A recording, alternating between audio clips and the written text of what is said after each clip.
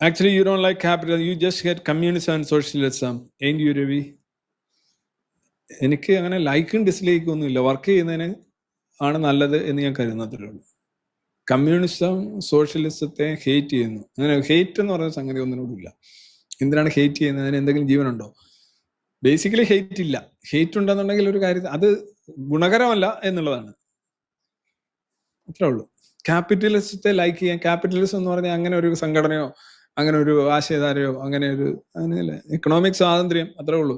സുതാര്യത, സ്വാതന്ത്ര്യം, വ്യക്തിക്കുള്ള അധികാരം, അതാണ് സ്വാതന്ത്ര്യമാണ് അതിനകത്ത് ഏറ്റവും കൂടുതൽ ഞാൻ കാണുന്നൊരു കാര്യം. ഒരാൾക്ക് എന്ത് ഉൽപ്പാദിപ്പിക്കണം, എന്ത് കഴിക്കണം. നിങ്ങൾ പറയല്ല ഭക്ഷണം കഴിക്കാനും എന്ത് കഴിക്കണം, എന്ത് കഴിക്കണം, എന്ത് പഠിക്കണം, എന്ത് കുടിക്കണം, എന്ത് ധരിക്കണം എന്നൊക്കെ ഉള്ളത് നിങ്ങൾ വേറെ കാര്യത്തിലായിരിക്കും പറയുന്നത്. ഇതിനുള്ള അവകാശം വ്യക്തിക്കുണ്ടെന്ന് പറയുന്നതുകൊണ്ടാണ്. എന്ത് എക്കണോമിക്സിലും അത് വേണം. എന്ത് കൃഷി ചെയ്യണം, എവിടെ കൃഷി ചെയ്യണം, സ്വയം ചെയ്യണം. ഇത് സാമ്പത്തിക സ്വാതന്ത്ര്യം.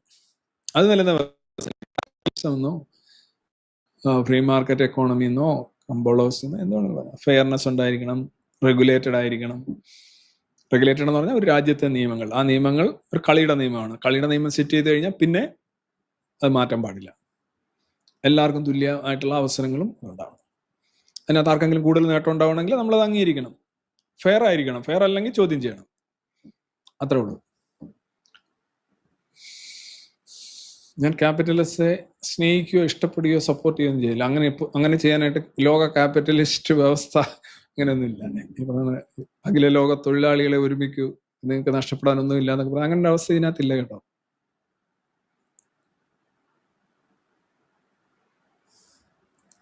സോഷ്യലിസ്റ്റ് വെറുക്കുന്നു. ഇതെന്താ അറിയാം, ഈ സോഷ്യലിസം കമ്മ്യൂണിസം എന്നൊക്കെ പറയുന്നത് എല്ലാ മതവിശ്വാസങ്ങളെ പോലെയും വെറുപ്പിൽ അധിഷ്ഠിതമാണ്.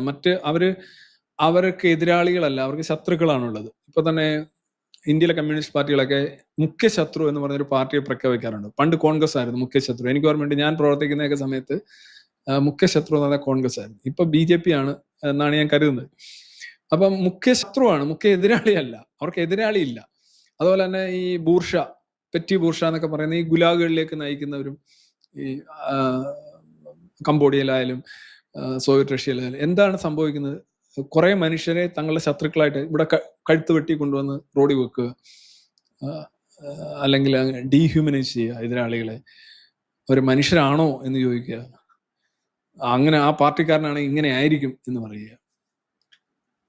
അപ്പം ആ ഒരു രീതിയിലാണ് അവർ മറ്റുള്ളവരെ കാണുന്നത്. അന്യനോടുള്ള പരമമായ വെറുപ്പും ഒരു എന്താ പറയാ പുച്ഛവും ഒക്കെ ഇത്തരം ഫാഷിസ്റ്റ്, സെമി ഫാഷിസ്റ്റ് പ്രസ്ഥാനങ്ങൾ ഉണ്ടാവും, ഉറപ്പായിട്ടും ഉണ്ടാവും. അവർക്ക് ടോളറേറ്റ് ചെയ്യാൻ പറ്റില്ല. അവർ വേറൊരു പാർട്ടിക്കാരൻ്റെ കൂടെ നിന്ന് ചായ കുടിക്കുന്നത് പോലും ചിലപ്പോൾ പാർട്ടിയിൽ നിന്ന് പുറത്താക്കാനുള്ളൊരു കാരണമാകാം. അപ്പം ഈ ഇൻടോളറൻസ്, ഹെയ്റ്റിനെ ആസ്പദമാക്കിയാണ് ഇത്തരം വയലൻസ്, ഇതൊക്കെയാണ് ഇത്തരം പ്രസ്ഥാനങ്ങളുടെ ഭാഗം. അതുകൊണ്ടാണ് നിങ്ങൾ പറയുന്നത് എനിക്ക് ക്യാപിറ്റലിസ്റ്റോട് സ്നേഹവും കാമ്യൂണിസത്തോടും വെറുപ്പും. ഒരു വെറുപ്പും പ്രത്യേകിച്ച് ഒരു ആശയത്തെ എന്തിനാണ് വെറുക്കുന്നത്? ആശയക്കാരെയും എതിർക്കണ്ട. ആശയം തെറ്റാണ് ശരിയാണ് എന്നുള്ള ഒരു സംവാദമാണ് വേണ്ടത്. ഓക്കെ, അല്ലാതെ വെറുപ്പിന്റെ ഒരു ആവശ്യം. വെറുപ്പെന്ന് പറയുമ്പോൾ അവിടെ പ്രത്യേകിച്ച് എന്താണ് നശിപ്പിക്കേണ്ടത്? നിങ്ങളുടെ ജീവൻ കൊടുത്ത് സംരക്ഷിക്കേണ്ട ഒരാശയവും ഈ ലോകത്തില്ല.